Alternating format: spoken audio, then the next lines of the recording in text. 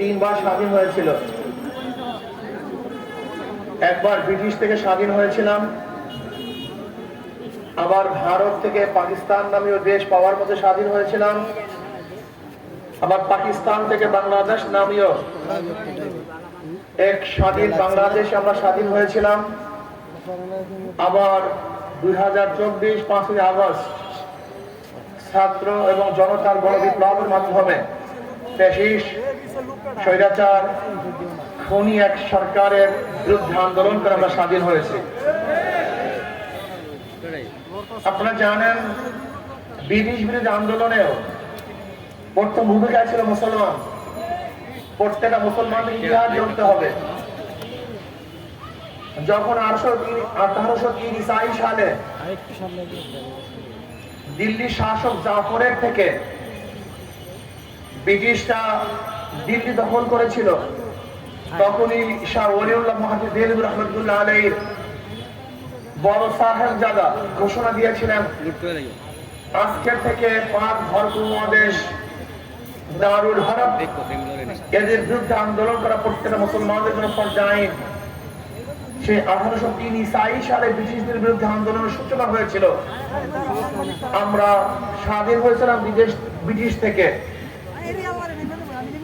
এরপর পাকিস্তান নামীয় এক দেশের জন্য মুসলমান আন্দোলন করেছিল। মুসলমানদের ভূমিকা ছিল। মুসলমানদের আন্দোলনের কারণেই ভারত থেকে ভাগ হয়ে পাকিস্তান নামী একটা দেশ আমরা পেয়েছিলাম। এরপরে আসুন, ভেবেছিলাম পাকিস্তানে শান্তি পাবো, বৈষম্য থাকবে না। পশ্চিমারা আবার যখন আন্দোলন, পশ্চিমারা যখন পুরো পাকিস্তানের বিরুদ্ধে বৈষম্য শুরু করেছে, আমরা আবার আন্দোলন করেছিলাম, সংগ্রাম করেছিলাম। এরপরে আমরা স্বাধীন হয়েছিলাম। আবারও শেখ হাসিনা সরকার যখন জুলুম, অত্যাচার, অবিচার, খুন, গুম, দুর্নীতি, অপহরণ, বিভিন্ন ধরনের জুলুম, অত্যাচার জাতির উপরে চাপিয়ে দেওয়া শুরু করেছে, এদেশে মানুষ আবার আন্দোলন করেছে, সংগ্রাম করেছে।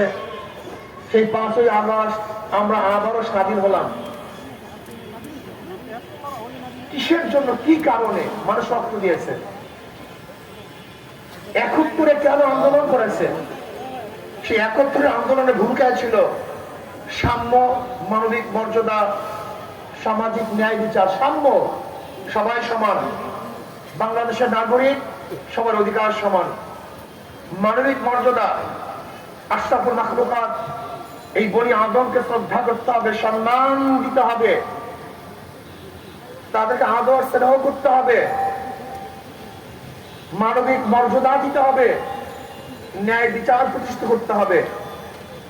যখন বৈষম্য শুরু হয়ে গেল, আবারও মানুষ বৈষম্য বিরোধী আন্দোলনে ঝাঁপিয়ে পড়েছে, রক্ত দিয়েছে, জীবন দিয়েছে, যেন এদেশ দুর্নীতি মুক্ত হয়, এদেশ চাঁদা মুক্ত হয়, এদেশ ডাকাতি মুক্ত হয়, এদেশ মিথ্যা মামলা মুক্ত হয়, এদেশের প্রত্যেকটা মানুষ অধিকার ফিরে পায়।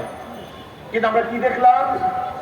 5ই আগস্টের পরে যেই কারণে মানুষ জীবন দিয়েছে, রক্ত দিয়েছে, সেই জুলুম, অত্যাচার আবারও শুরু হয়ে গেছে। সেই অত্যাচার আবারও শুরু। জ্বালাও পোড়াও, দখলদারি, চাঁদাবাজি, মিথ্যা মামলা। না, বাংলাদেশের জনগণ আর চাঁদাবাজি দেখতে চায় না।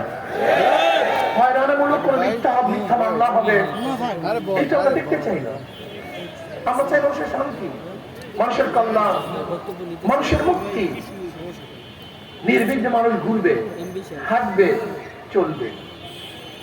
মানুষ ঋষি হোক, কামার হোক, মজদুর হোক, জেলে হোক, তাঁতি হোক, মেতর হোক, শ্রমিক হোক, ধনী হোক, গরিব হোক, শিক্ষিত, মূর্খ, পুরুষ, মহিলা, প্রত্যেকটা মানুষের ন্যায্য অধিকার প্রতিষ্ঠা করতে হবে।